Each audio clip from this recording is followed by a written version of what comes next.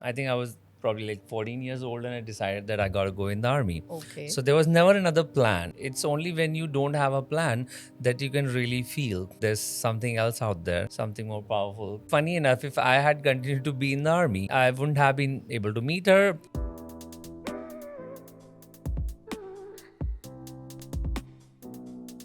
Here we are back with yet another unstoppable humans this time with a story, which of course they're going to tell us.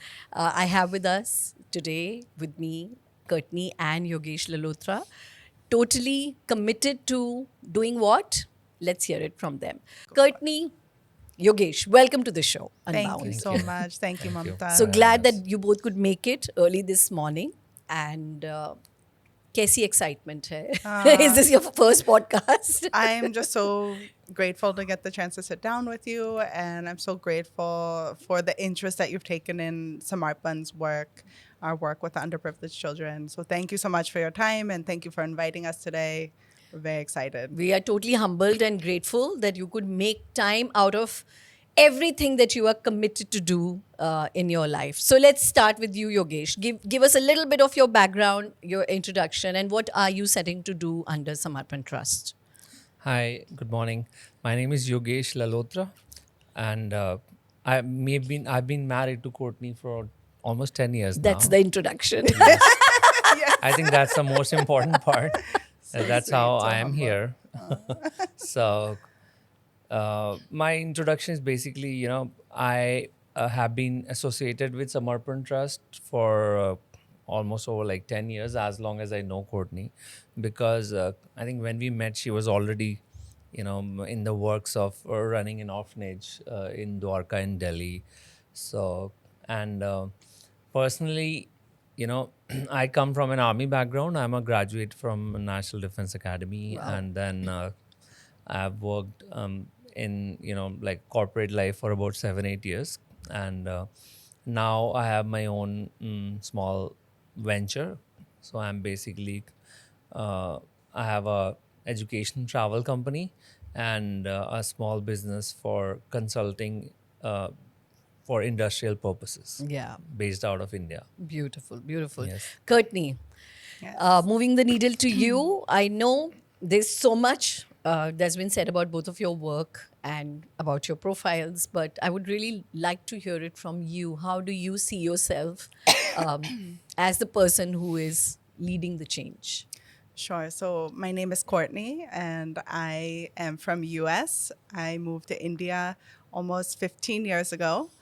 And I just want to start by saying that it's not true what you said, that you're here because of me. I don't believe that at all. It's definitely, he's proven that, this work is in his destiny as well, that no matter whether he met me or not, it was his destiny to do this work. Yeah. And I think my story is about destiny as well, because I had a plan for my life. I was studying fashion. I was going to work for, glamorous companies and live that glamorous lifestyle. But God had other plans. Destiny brought me to India to study textiles, and destiny kept me here to help underprivileged children. Wow.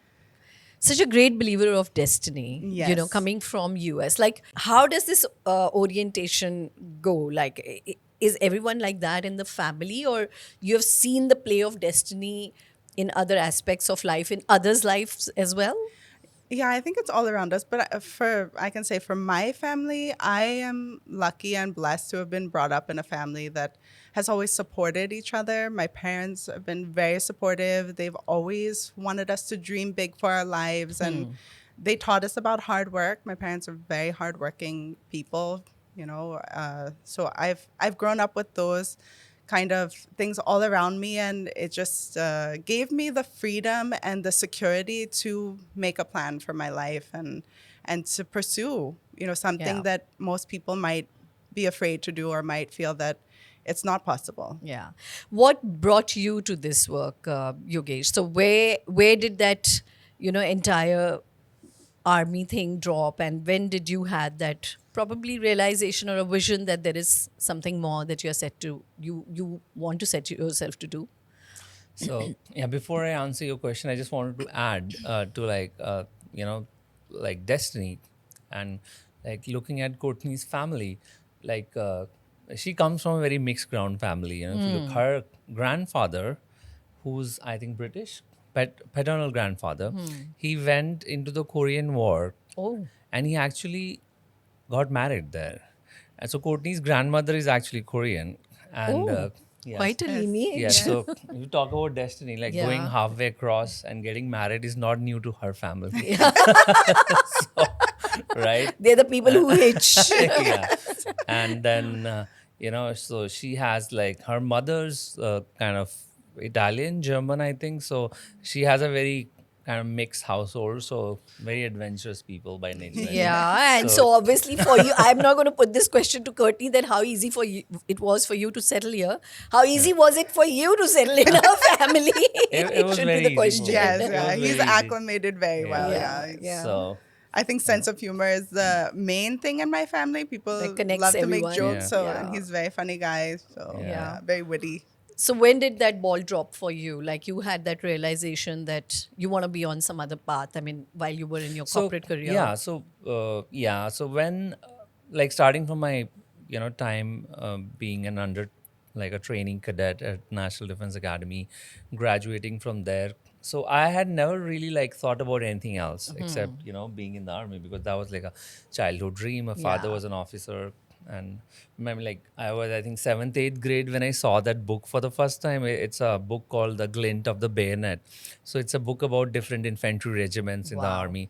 So I think I was probably like 14 years old, and I decided that I got to go in the army. Okay. So there was never another plan. So Yeah. that's how destiny plays out, because it's only when you don't have a plan that you can really feel Yeah. that you don't have a plan, but there's something else out there, Yeah. something more powerful.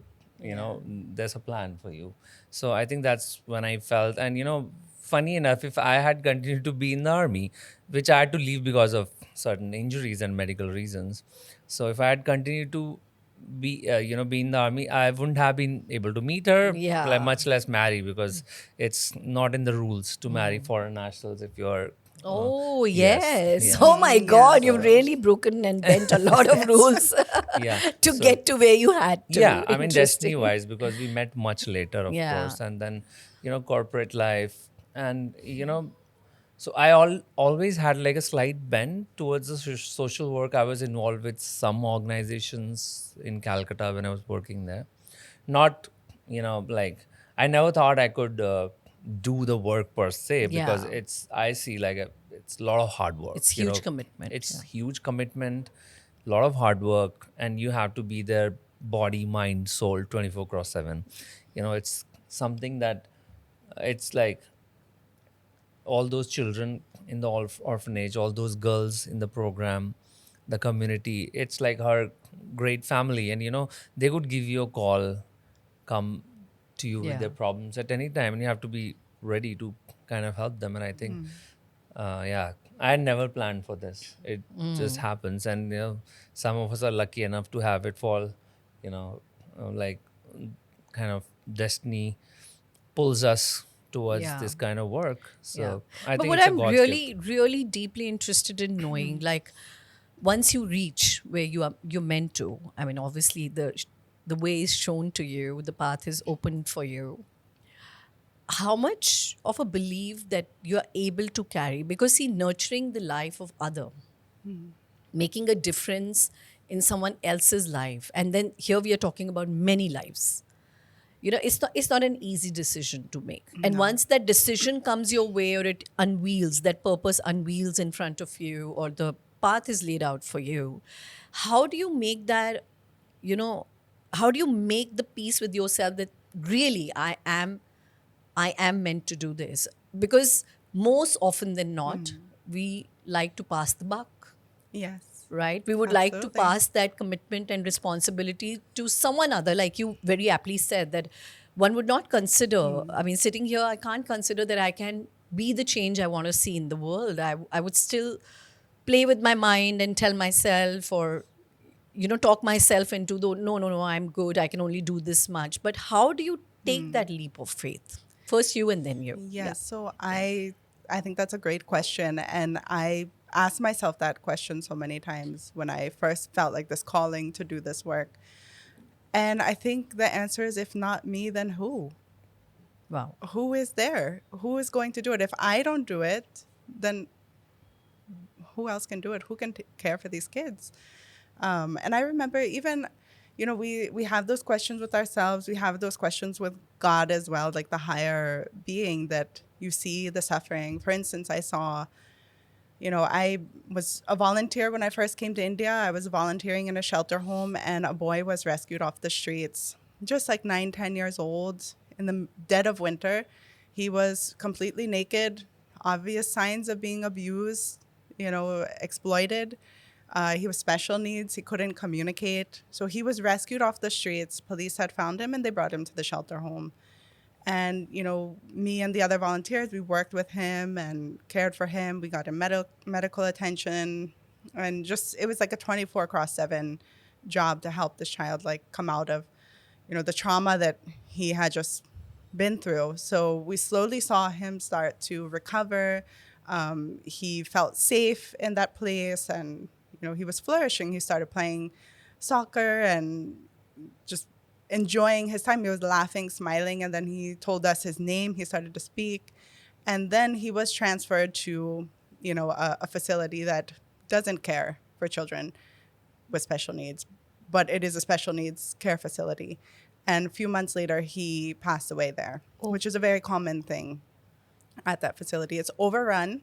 There's capacity for 400 children. There's over 1,000.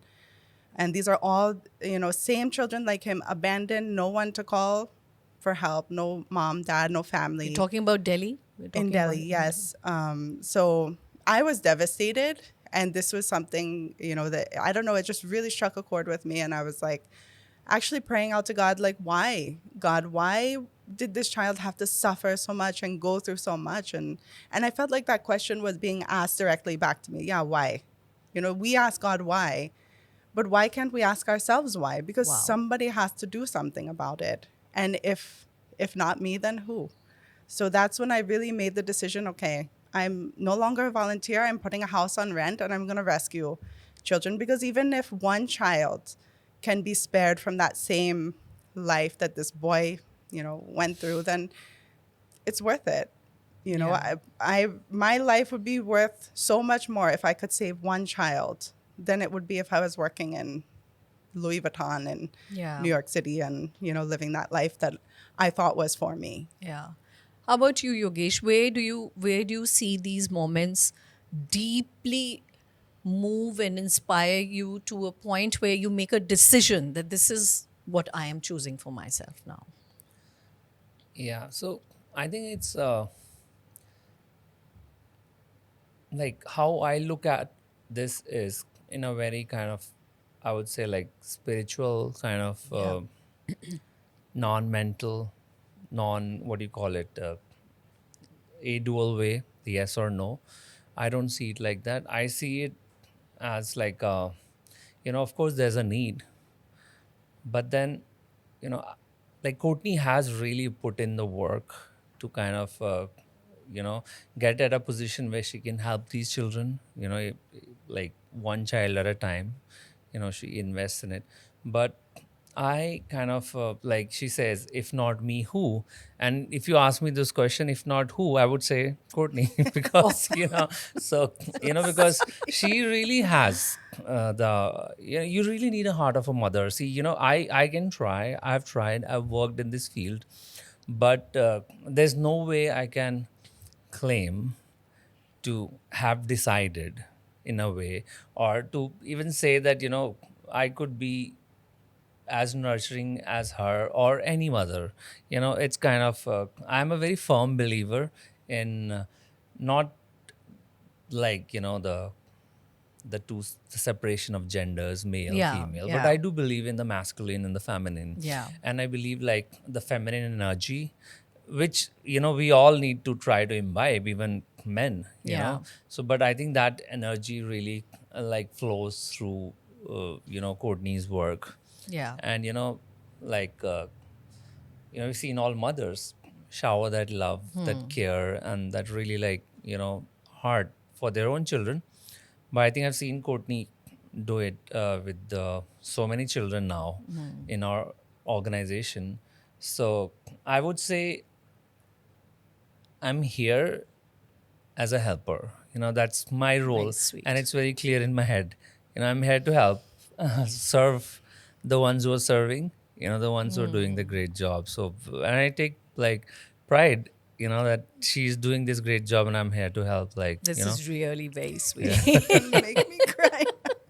Also, like to say that,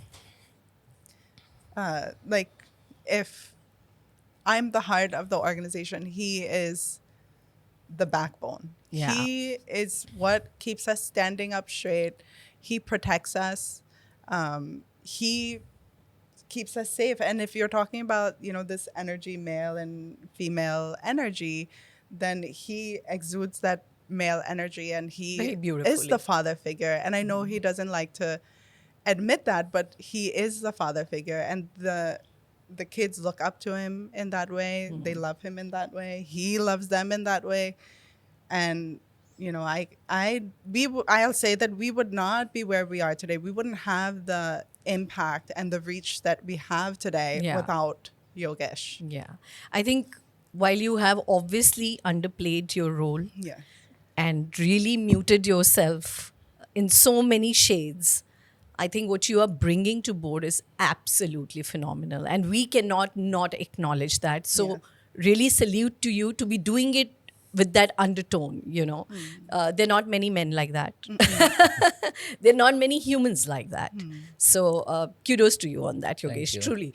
And making someone's vision as your vision and purpose of life, and then synchronizing to the beat of the music that the life is presenting us is not an easy job. To be in that surrender to serve is not that easy. And I mean, obviously, my heartfelt gratitude to both of you for putting in such a beautiful team, that kind of becomes such a interesting way to work alongside each other. But really coming to the points of what is that one thing that is definitely and very clearly emerging out of the work that you are consistently putting in. The support, the support of the government, stakeholders, the willingness of the society. Where all do you see there are opportunities and then there are equal challenges? So Yes. we could start with you, Yogesh, and then move the question to Courtney. Yeah, I think like just moving on from the saying that who's going to do it. Yeah. Who's going to do it, who's going to step forward. And I think the answer really to it is all of us at Wow. our own different levels. And nothing is less important, nothing is more important. True. Like a step taken forward is a step nonetheless. And I think we as a society should definitely make helping others and supporting like organizations that are doing a good job as like part of our, I would say, like it's always been there. Yeah. But I To think give, to share. yeah, Yeah. the habit of giving or the nature of giving is innate in, I believe it's innate in all human Yeah, beings. yeah. Whenever there's spirituality, mental peace, Yeah. whenever there is education, and so there's an innate habit in all of us to kind of be more than who we are. Yeah. And there's no better way than you know uh, doing good for someone else. Yeah. Helping other children, especially because I think they are the like at the bottom of the rung when it comes to any kind of social power. They're like little flowers in the garden, and we all need to try and nurture them. Nurture. And yeah, I think that's my perspective on it. The challenges per se are social. I think, of course, society needs to step up. Also, society needs to see these organizations as platforms to bring social change. Just like we go to vote to elect a government thinking that a government is going to do some good job. Yeah. Similarly, we should also look at these organizations because see, these organizations have insight. They have worked in the system. They know, and of course, there's so many of these organizations. They also have needs because we should realize that nothing. You might have very spiritual, very big plans, but nothing works without money. There's Yeah. something called, when we call it Yeah. dharma, artha. So first is dharma, basically is your education, your understanding of what is right. And then comes money, because you might have the dharma, but to bring Yeah. any action, you need artha. Yeah. You need money. So I think as a society, we all need to realize that donating to social organizations is very important, because Yeah. they are doing this work, and organizations do need money. Yeah. Second, I would say, when it comes to government, there are so many challenges. Especially, I would really like, what my heart goes out to is the field of education. Yeah. Because as a government or as a country, even if we think about you know providing great education to these children, especially these children whose families are migrating from the villages, coming to for work in the cities. Now they have their documentations and Aadhaar cards from some other states. Yeah. They really struggle to find admission in the schools. A lot of these students are also, let's say, in a cluster Yeah. or an area of a city for, let's say, 1 year. So they're done with the housing project. They come as laborers who are building a house. The house work is done. They move away to some other site. Now, the challenge with this kind of scenario for these families is that the children are moving with them, and you know it's a lot of paperwork. It's a lot of administrative work that goes into putting these children in school. And I think the government needs to work Yeah. to make education much more readily available with the least amount of paperwork. Correct.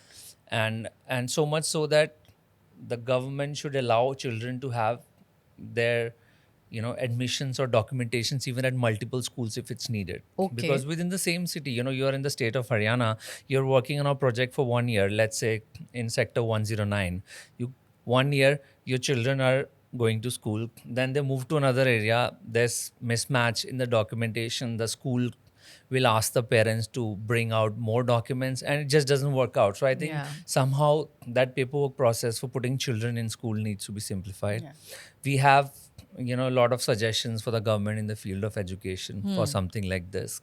And I think if we are able to do that, we'll educate these children, we'll imbibe good values in these children. Because see, learning is going to happen inadvertently, whether you bring them up in a school system with Indian values, Yeah. our culture, our democracy, or they're going to be brought up in the streets, Yeah. or they're going to be taught by all the different literature available online, or by the social groups who are probably antisocial. So I think Yeah. it's in the best interest of the society, the government, the country at large, to bring these children That's very well said and education. thought through. I think that's very, very insightful to understand that learning will happen, whether it happens in a controlled and a orchestrated environment where it is for, of course, the benefit, or that learning itself can go against them too. Yeah. Yes. So what's your point of view on this? Yes, Courtney? just starting from where he left off, like in terms of social behaviors that are learned by children who are not going to school. Yeah. We have 6-7-year-olds who we admit into our free school midday meal program, and when they come to us, they're addicted to tobacco and other things. Yeah. The type of language and violent behaviors that they've adapted, that they've acquired just from not going to school, growing up in a negative environment, and not having any positive influence. So the first thing that we do is we really work to break those bad Patterns. habits and inculcate good habits and good behaviors. And I think a large part of that is just giving them the space, Yeah. which is a safe space. They come to realize that they're safe with us. It's a loving environment. All their needs are cared for. We're here for them. We're supporting them. We love them, and we want the best for their life. When I think of migrant children, especially, it's they're the most vulnerable children. They're vulnerable to all kinds of, the horrible things that are happening. Human trafficking is a big issue in India and the world. Migrant children, they have no identification. Their parents are uneducated. They don't know how to access the systems and the help that is in place in And this they're too country. young. They're just too young. They're too young. also. A lot of times they get picked up, they get abducted and brought into these human trafficking rings. They're the most vulnerable. Their drugs are pushed on them, alcohol are pushed on them. So we have to get them off the streets. We have to get them into a safe space, into school. So yeah, like you see these migrant children, a lot of times they're responsible for taking care of their younger siblings. Yeah. So even if they do have the opportunity to go to school, they can't because they can't leave their younger siblings at home and go to school. So what Samarpan does with our free school and education program, midday meal program, we bring in, especially we focus on those migrant children who have younger siblings. We bring them in, we admit them into our school. We have house mothers who help care for the infants and the baby siblings. House so that mothers? the older, You call them yes. house mothers? Yes, we call them house mothers. They are the mothers of the house. They treat the children like their own. They're feeding them, cleaning them, taking care, taking them to washroom, everything, making them sleep if they need to sleep. And then the older sibling gets to study and interact, and he's always Yeah. there in case the younger sibling needs them. Yeah. And it's such a beautiful thing to see when, I just have the vision in my mind of like Samim, Angori, Gauri sitting, doing their work and having their younger sibling in their arms, feeding them at lunchtime, sharing a plate at lunchtime. It's such a beautiful thing. And I think that the government can also somehow give these children equal opportunity. Why not open creches in the same area as the government school? Why don't we have government-run creches? Creches, yeah, daycares. So, yes, we do have a lot of ideas for the government. We have tackled, on a very small level, we've done our best to get these children ready for formal school and then admitted into the formal school system. Beautiful. One question specifically on what you said. When they come to you all so broken and tormented, when their souls have been shaken at that small age, young age, how do you restore them? How do you make them believe that there is a world which is not full of atrocities, that there is a world which is full of love? Do you see some resistance coming from them as well when they come to a place like Samarpan? So when you talk about a child who's been tormented and experienced, so much trauma and hurt and pain, I really think of and who we've basically the kids adopted. from your So we've adopted them into our family. They're like our own children now. So during COVID, the government had given some money to the underprivileged families in the villages so that they could, sustain themselves. So mom got I think 1,000 rupees, whatever it was. 6,000 or something. Yeah, and she bought rations Okay. to sustain her family. And the father is an alcoholic. He found out she spent the money and he beat her to death. He murdered her in front of the two boys. He actually murdered He her? actually beat her to death in front of and then threw her body in the river. Luckily, some local villagers had seen him throwing the body and they were able to pull her out, but she had passed away. He was arrested and these two boys were left with nowhere to go. And this is in the middle of the 2020 lockdown. So one of the children from their village, we've adopted him, he's special needs. So someone in the village said, I know there's a boy who stays in a home and, it's a very good home. So someone called us. It was actually their mama. So he called and he was crying that, my sister's been murdered. My nephews have nowhere to go. They're all alone there. Just like 4 years old and 7 years old boys. And so, we said, of course, we'll try and help, but how do we get them? So he actually got them on a bus. There were very few buses running that time. Luckily, one of the local villagers was a bus driver of one of those few buses. He got them on the bus and drove them to Delhi, to Delhi. us. And where did this happen? Which part in of Bihar. Bihar? So these two little boys have lost everything. And traveled alone. Must have been like a Few whole day of days. travel, Maybe 2 to reach days. us. Yeah. And when they came to us, they were just broken, especially the older one. Older one. Yeah. He used to just stare up at the sky. He wouldn't, you know, he wouldn't accept love. He wouldn't accept, any kind of affection from us. He was very withdrawn and closed off. And he would just stare at the sky, watch the planes go, and he would have tears in his eyes all day long. And, slowly, we just continue to love, and we don't let these things, discourage us, because we know that there's always hope. And we know their worth, and we know that obviously there's a greater plan for their life, and that because they're with us and they've made it to us and they've overcome so much. So we just, keep loving them, caring for them, and slowly, those layers of pain and anger and Yeah. loss, they just slowly like disappear. And then you get to the heart of them, and now you see their personality flourishing, you see their talents coming out, their hobbies, and and their hope for life. So it's the most beautiful thing in this world to see, that transformation take place. There's nothing more amazing than that. I think it's the closest that you can be to God. It's such a heavenly feeling. And so, yeah, they're with us. And of course, there's still struggles. Like recently, just a few months back, he had a fever. He was the younger one, just 4 years old, when his mother was taken from him. Yeah. So he doesn't remember much. Okay. But we have a phone in the house. We put in a new phone, and some of the kids were calling their families back home, whoever was there, and had a fever. And I was just like cooling him down with a cloth, and he was feverish, but he's like, he calls me Didi. Didi, I don't know my mama's phone number. And what's her phone number? I don't remember it.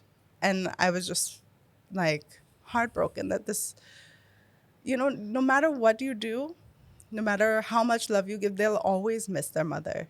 They'll always have that longing for their mother. And, I just had to tell him that you can't call your mom, but you can pray to your mom. You can talk to her, in your mind and your heart, and she's always watching over you. Then he calmed down. But when I think of that mother, okay, so now we're shifting. The compassion for the child is so great, but my compassion for their mothers on another level. I can only imagine that her very last thought or prayer would be that, please protect my babies. Babies. Yeah. And so I don't take it lightly. It's a great responsibility. Yeah. And I think of her. When I look at them, I think of her, and I think, and I pray also that I hope that I'm doing right by you, and I hope and pray that I love these children. Yeah. Very well said. I think no amount of love can sort of fill that hole in the soul.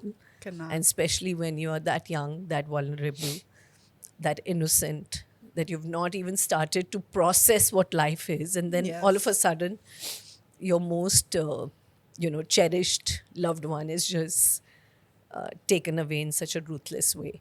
But coming back to the point of really feeling, undergoing these moments day in and day out, and I don't know how many such moments you must be having in a day. Yes. How do you reconcile with yourself, Courtney? How do you take the, if I may call it, the burden of these emotions that perhaps you have only sort of taken up on yourself as a responsibility very graciously, but how do you reconcile? Is there a way that you mentally, emotionally try to snap out, talk yourself into, lighter sides or shades of life? How do you encourage and motivate yourself?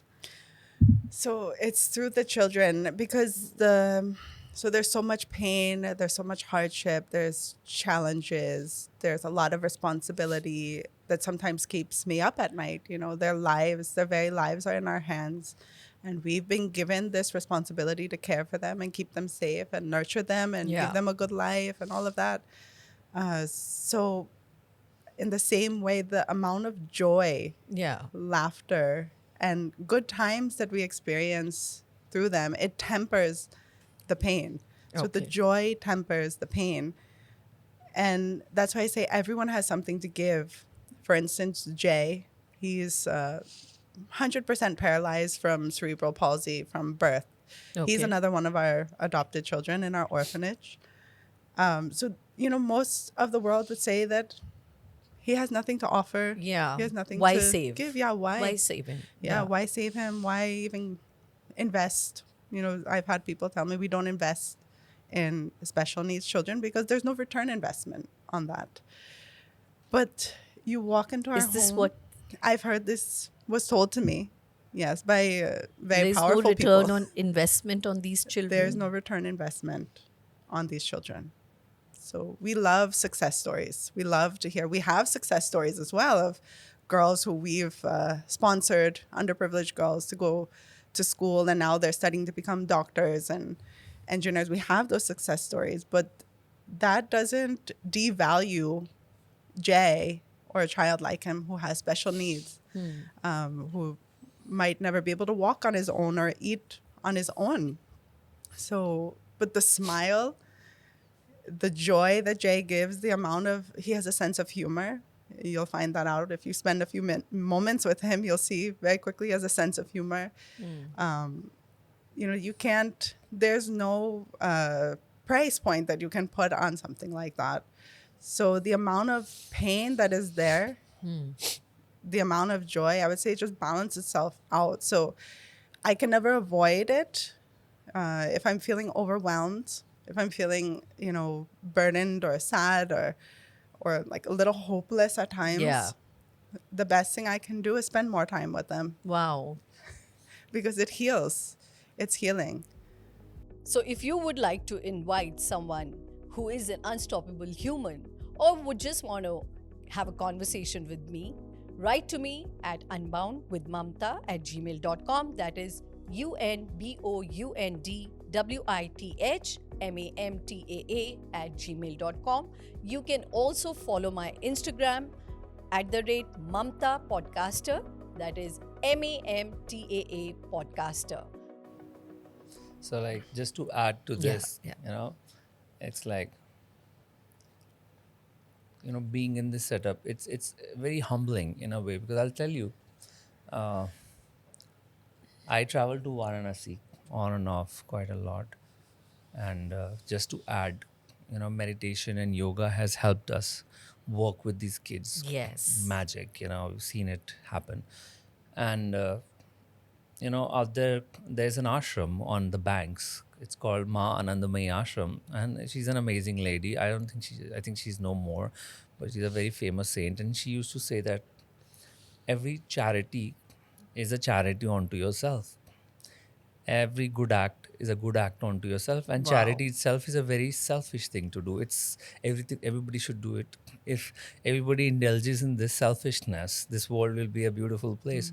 And that's what I see, like, spending time with these children. And it's like, well, for example, Jay, I mean, like, what's the purpose? What's the return, so to say? But you won't believe, we might think we are healing him, helping him, but it's the other way around. It's the other way around. He's actually healing you, Wow, is helping you, yes. making you a better person. So I think we need to look at charity like that. It's the most beautifully selfish thing that everybody should do, so that as you heal yourself. Yeah, know, so and then- beautifully said. I think Right. amongst all our rivers of tears, and he was Yes. quietly sniffling around and then Yes. putting it all together in his head. But really, I mean, indeed, Yes. if you just listen to the voice of the self and sometimes just act in that direction, it is a big favor you're doing to yourself. Yeah, because see, I've just to give you an example, I'm in this work, I'm helping her, but it's like we don't ever get time to sit down, share, Not even fight. and anymore. I'm sure there's time for Pretty much fight so. always. Barely. So that's why I'm like, oh God, I'm like in the middle of these two, humans who are making me really feel it. Because That's why we sat you in the middle. yeah, so yeah, I'm to like kind of really balance it feeling it, out. because Yeah. usually I'm with her every day. It's you know hard for me to like Yeah. try, like cry, have tears in my eyes, but it's like in the middle of you too, you can Yeah. like It's bring a it on emotionally. yeah. And it's like I can feel it more. So I Yeah. think for me that's very correct. I mean, she's like a person who can really be good at healing and getting healed and stuff consciously. Yeah. I don't know, it might be happening, but like sometimes I do try to kind of in a way like subdue it, Yeah, yeah. And I like think at the end of the day, every work that we are doing, whatever our purpose and journey may be, we have to do it with a sense of detachment. Yes. Because there is only so much that you will be able to do, to drive, to lead, to call out, So true. right? And you have to do it with that utmost surrender that it's not We me have who's to, doing it. If yes. it has to happen, it will happen. no, but that's why, Mamta, I see it in her. How do you get that sense of detachment? Yeah. I think the only way to get detached is to be fully involved. Oh, wow. Yes. If you're like crazily involved in it, that you just forget yourself, that is detachment for me. And I see it in Quite a action. value bomb, bombs after bombs. full of Is it bombs. is it Yes. because of he's come to Unbound? No, he's known. Anyone who knows Oh, Yogesh is like, wow. he just keeps throwing out gems of Yeah, like little like pearls, totally. Yeah. wisdom, gems of wisdom. Gems of No, wisdom. but I'm seeing it around. I've seen Yeah. it in her. I've seen it in other people who are really involved in their jobs.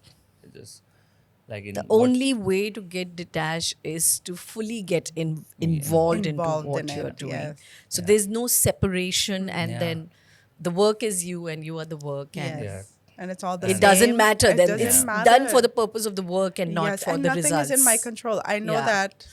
That's why I say it keeps me up sometimes, because I'm like, wait a minute, this is not actually in my control. Right. If it's their time to go, we have Yes. special needs children. Yes. They're known not to live long lives. Yeah. If it's their time to go, it's their time to go. Yeah. I can only do so much. And, we have children coming to us every day. We get calls in the middle of the night, calls Yeah. from here and there, people who need help. And we do what we can now, today. And we do what we can for the ones that are put in front of us today.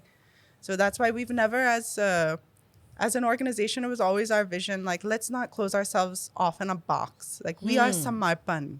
We True. are dedicated to the cause. We have given our lives to this cause, and we're not going to box it in because, Yeah. again, going back to destiny, going back to the higher plan. So we can only do, we can only address what is right in front of us, Yeah. and we will address it, and we will try and solve the problem and resolve the issues at hand. Yeah. So yeah, we have, every day more than 100 children are coming to us off the Wow. streets. We're giving them education, and we provide everything. This is another population, the migrant children. Nobody really wants to help them because, they shift so much. So we have children that we've invested for years. We're giving them uniform, education, daily meals, books, everything. And then they shift, in the middle of the night, they might have to shift. And then we Right. never hear from them again, or they might come back a couple of years later. Who Does that knows? happen? It happens, yeah, because that's their life.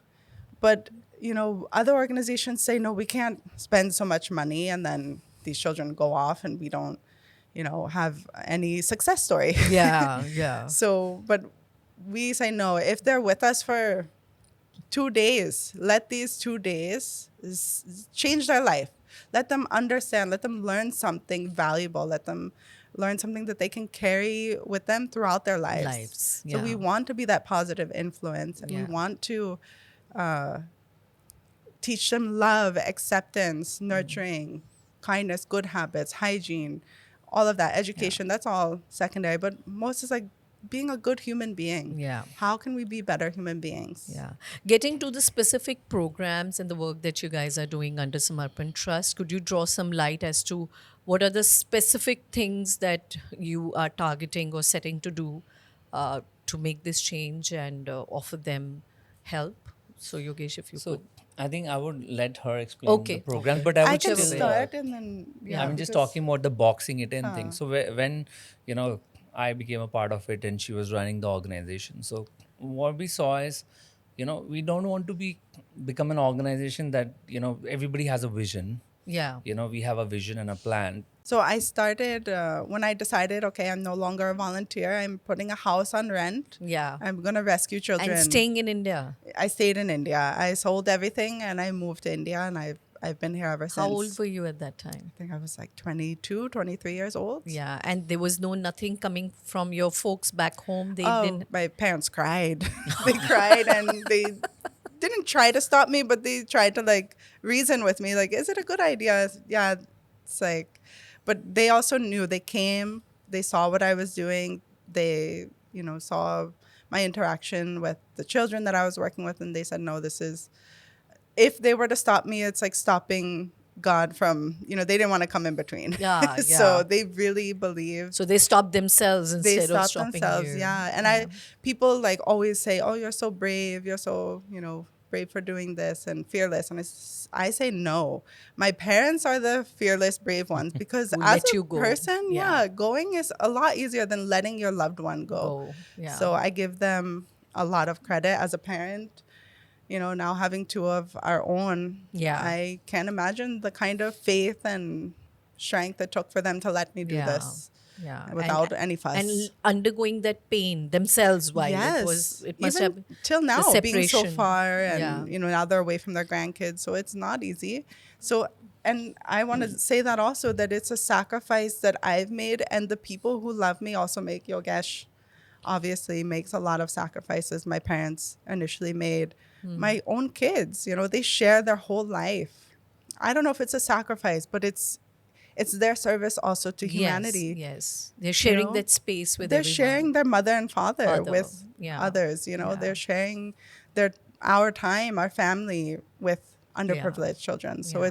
it's a family effort. My in-laws also, they without their support, how course. can I do this work? Yeah, yeah.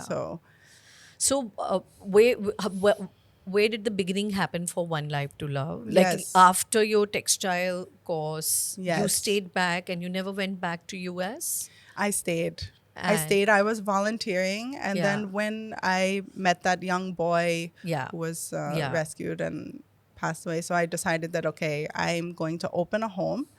So I put a house on rent, and I started One Life to Love in U.S. I told everyone back home I'm doing this, and they're like, "How are you going to do that?" I said, "I don't know, but I'm going to do So it." you registered again an NGO back Yes, in US? in US. Okay. In US. So, and then I just had a house on rent here, and I started rescuing children. I had a team of volunteers with me, and we started rescuing special needs children from the slums and the streets, and And these slowly volunteers were from your network India. here in India. Yes. So what was One Life to Love was doing? So under that name, you were basically doing all Basically, we this were doing it work. here. Yeah, yeah.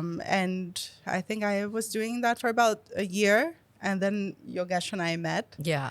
And your meeting is also very interesting, right? You have to tell Yes. us a little about that. Yeah, so I opened that home in Dwarka, Delhi initially, and nearby was this very large park, and I have a rescue dog, Happy. So I used to take her in the mornings and walk her in the park, and then come back and start the work. So one day I was walking Happy, and she ran off her leash and ran straight to this very Really? handsome man that was exercising in the park. So, and she was so happy with him, and she's not that kind of dog. She's like very protective and standoffish. So I was like, who is this guy? She must be a good guy because animals know. Because Happy is very Yes. happy. Happy was very happy. So that's when the first. That's when we first met. And Yeah. So my specific question to you, both of you, would be now if we really have to break this entire actionable into three parts, at the society level, at the government level, and maybe at the human level or any other level you can decipher it, what should and must change? yes. So we need one by one. Yeah. So first is every child has the right to protection. We have to look at who are the most vulnerable children. And in my opinion, it's the special needs children from poor households, especially parents who are not able financially or physically. They don't have the time or ability to care for children with special needs. Often they're abandoned or they're neglected. So we need to protect those children. And same goes for the migrant children. We have to protect them. And how do we do that? We bring them into safe spaces, schools, orphanages, homes, shelter homes. And then next would be education. Every child has a right to access quality education. And it's our job to find out what are the obstacles preventing children from studying. Every child should be going to school regardless of their economic standing or their physical, mental challenges. Wow. And then, empowerment. I think as a result of these two things, you're protecting the child, you're giving them good facilities, you're giving them good nutrition, you're educating them, and then empowerment happens. They will learn how to empower themselves. It's not necessarily us empowering them. We're just giving them the tools, which every child deserves, so that they can empower themselves. They can make better decisions in their life. They can access, the help and the different programs that are there to help them have better lives. Yeah.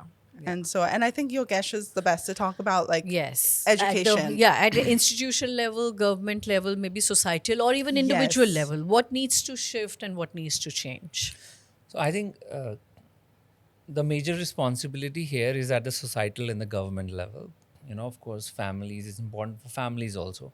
But the thing with the family setup in India is like there are a lot of things which are like incapacitating the families to really, act out in a positive way for their children. So I think that is where the government should really step in. And, like I said very clearly, like when it comes to right to education, the government schools should be mandated that any child who's in your area of influence, even if it's for 6 months, Right. you have to give them admission to the school on the basis of, I think we should have something like, when a child is born, you have the birth certificate, and automatically a few years later, everybody has a Aadhaar card, right? On the basis of Aadhaar card, there should be a right to education number, or you Okay. can simply call it like a student number. Student number, For yeah. every person born in India, there needs to be Yeah. a student number. And there could be a validity to that card, Yeah. right? Like Yes. you're Yeah. born in this year, so it can be up till this year. Up to Let's this say year, up till the yes. age of 20. 20, There's yeah, like, yeah. we giving a right to any child who has that student identity, their, like cornea, bio identity needs to be with the biometrics, government. yeah. Biometrics, once Yeah, you have that, yeah. the government has that. That student should be able to walk into any school Wow. and just say that I'm going to be here in this place for next 6 months, 8 months, 1 year. Okay. At Yeah. least students which are 10 and below, grade 10 and below. Right. Because I think that is what basic education Primary. we really Yeah, need to yeah. push for it. Totally. 11th, 12th, I can understand. If you go to a school, they'll be like, okay, maybe, you can probably do it in the next academic year or something. But Yeah. up till 10th grade, until the age of 18 or 20, every person in India should have a student ID card and should have a right to walk into a school, into a government school, and say that my father is a laborer, he's working at this site, he doesn't have any documentation, this is my Aadhaar card, my student ID, I want to be in the school for the next 6 months. Right. Because I've seen like I'll tell you, there are every cluster in I would talk about Delhi, NCR or Gurgaon. So you'll see like a South X, you'll see a golf course road, Right. you'll see a Palam Vihar, and all these areas have these small pockets, attachments, kind of. They're not regularized. A lot of people in common jargon, we call them lal dora, illegal. Yeah. So these are the places where most of these children of migrant families will be living. Correct. For the next 1 year, or or a lot of families are actually living in the buildings that they're constructing. These buildings don't even have they're not even buildings legally. They don't have an address. Just structures. Right, Yeah. they're structures. So I think the government should make it mandatory, because there's this requirement of Parivar Pehchan Patra, and these documentations are actually detrimental, Yeah, you know, yeah. in a way, because see, a child in itself wants to go and study, but we are putting a lot of onus on the parents. Yeah. And I think that becomes a problem, because see, a lot of these parents are really don't understand the value of education. And that is where the society and the government, like we do it, we take like bunch of students to a government school. So usually what we do is, these children off the street would come to our program. Right. 1 year we streamline them, bring them Yeah. into the system of education, you Yeah. know, give them a base to launch from. Yeah. And then we are like, okay, now his family is here, let's admit him into government school. Government Because school. you know, Yeah. there's, see, the thing is, India is growing at a fast pace, you know. Even you know, education numbers are also growing. We used to be 50-60%, now it's nearing 80%. Soon what will happen is, you know, we talk about the class gap, the Yeah. economic gap. There's going to be a gap of huge gap of education. You know, there's going to be a gap of values. You know, so I think, So true. you know, that Yeah. value education, you know, or you can even call it the democratic gap, you know, where there is like so much of, you know, understanding gap in between of, you know, your basic understanding of this Yes, country, yes. of you know, everything. So I think it's very important that the governments makes it's so easy for the children to just walk into a government school and get admission. Yeah. And I think that's what we are doing. I've been working with the agencies, with the, you know, the education department here, and you know, helping these children. So right now we are making temporary Parivar Pehchan Patra, so Yeah. that all these children can get into school. Wow, I think that's such a freshness Yes. of an idea and a thought. I mean, really, for making the system work, we need to get away with a lot of systems, is what I'm really Yes. listening into. And it's such a thought provoking, and you know, could be such a great and a fresh start. I think we must Yeah. take Must. this out to the authorities together in whichever way, on whichever platforms that we can, and of course, with the way of this show, making a call out to the right authorities, to the right people, influencers, to Absolutely. help us make that change. And anything at the individual level that you specifically see how we need to pivot our thought process, our choices, to make it a more inclusive society. So going to the societal level that Yeah. you know, talk about, I think we all have people working for us, you know, affluent people. You have maids, some of you even have multiple maids. Make sure that children are going to school. Yeah. You know, Yeah. you can help the people around you, you know, find out about organizations that are working for education, working for these children, and support them. It's very important, you know. It's like you know, we have temples, so these are also like these places should be Yeah. temples for our society. Yes, You know, it's a place where we can actually go and, you know, help and make sure, you know, ours becomes a more just, educated, and like a happy society. Very, very well said. Truly, it's been indeed a huge pleasure for me to have you both here on this show. While we are almost towards the wrap and the end, and I know we are really over short time, and I can see him watching the watch. No, this is the first time I did it. Yeah, it's all on record. So there is a very interesting segment, which is my personal favorite too, which we just do it towards the end of the show. It's called a rapid fire or a rapid reflex round. So I'm going to throw at you a bunch of, you know, questions, very short, and I want your answers in maybe a word or just a sentence. Okay. So are you ready for this rapid reflex Okay, round, let's Courtney try, and Yogesh? Yes. Go for it. All right. So I'm going to shoot at the person I'm making an eye contact with. So you Okay. have to pick the cue. Never have you ever. Just complete this sentence for me. Cried so much. First thing in the morning that Yogesh likes to do. Have his chai. Okay. Last thing in the day that Courtney likes to do. Have a talk with me Oh, Yeah. before we wind down for the night. yeah. One of your favorite foods in India, specifically India. from Indian cuisine. I always look at him because he's the foodie, and he always tells me what No, to eat. you can't dodge the question. One of my favorite foods in India, I like my dal chawal. There's nothing better than dal chawal, raita. Yeah. One question that you had in mind and which could perhaps be a pervasive question in your mind even now after or before marrying Courtney. But there are no questions between us. Really? Yeah, not really. I know her too well. Okay, In and that's a out, sweet yes. answer. Your and favorite through. travel destination? My favorite travel destination is Coorg, Oh, yeah. South India. Mysore. Yeah. Yes. Favorite book, show, movie, something that you always resort to? Favorite show right now is Modern Family. Mm-hmm. I just love the comedy. Helps me relax, unwind. Yeah. Okay. One thing that completely makes you unbound, and this could be a question for both of you. First you, and so like you've been distressed, you had a bad day, and you walk into a place and you never come back the same way. I mean, it's your unbounding zone. What would that be?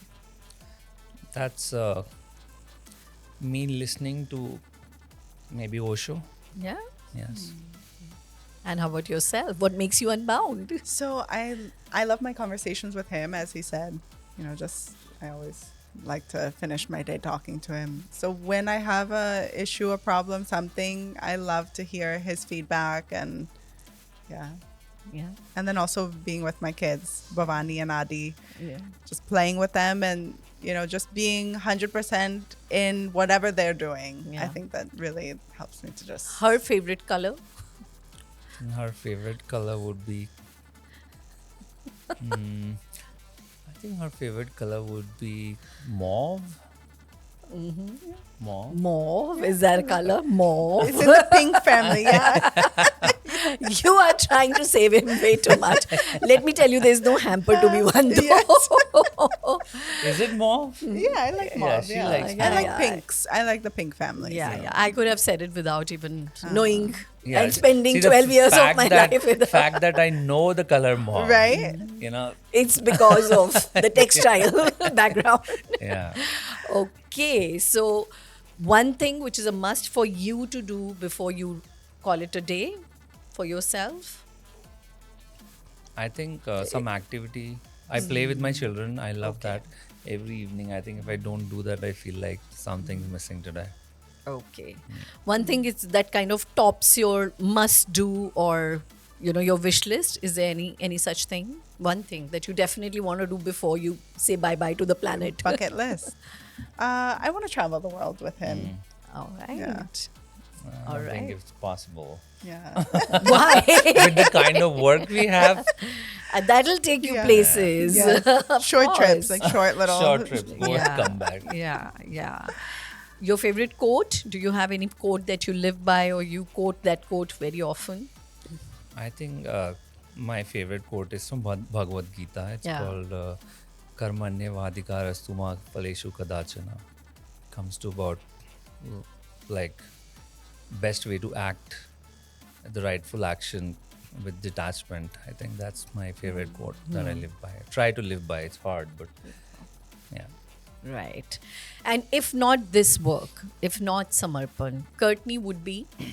Stay at home mom. Oh, I think that's one of the most important jobs in the world. yeah. And one thing that you definitely want to tick off your bucket list before you call it your time here. Okay.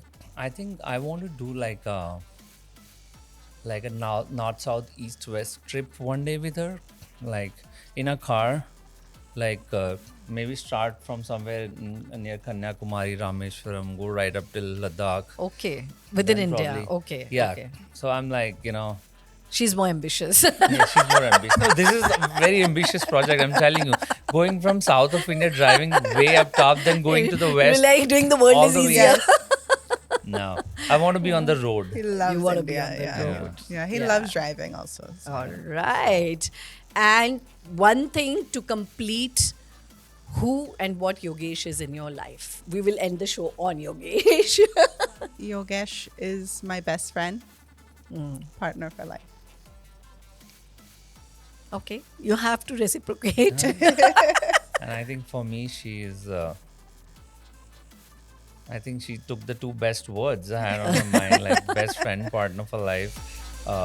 She's also like somebody who kind of motivates me to be a better human being every day. Oh. And I think I that's one of the blessings of my life.